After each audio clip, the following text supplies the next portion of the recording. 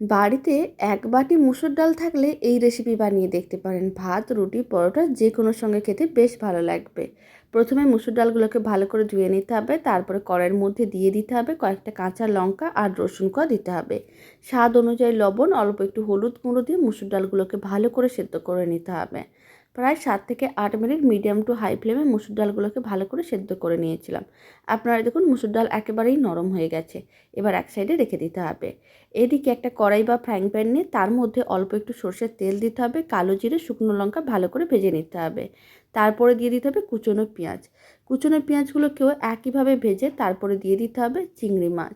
চিংড়ি মাছগুলোকে পেঁয়াজের সঙ্গে ভেজে নিয়েছিলাম। এবার আমি দিয়ে দিলাম লঙ্কার গুঁড়ো। খুব ভালো করে এরকমই ভেজে নিতে হবে লাল লাল করে। তারপর সমস্ত কিছু একসঙ্গে ভালো করে হাতে মেখে নিতে হবে।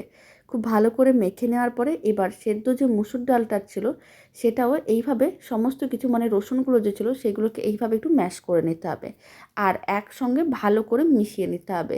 তাহলেই রেডি হয়ে যাবে দারুণ স্বাদের এই মুসুর ডাল, মানে চিংড়ি মাছ দিয়ে মুসুর ডালের ভর্তা, যা গরম ভাত হোক বা রুটি পরোটা সঙ্গে খেতে বেশ ভালো লাগে। চিংড়ি মাছ না থাকলে নাও দিতে পারেন। আর এই ভর্তার রেসিপি বাড়িতে বানালে কমেন্ট বক্সে জানাতে একেবারেই ভুলবেন না খেয়ে আপনাদের কেমন লাগলো।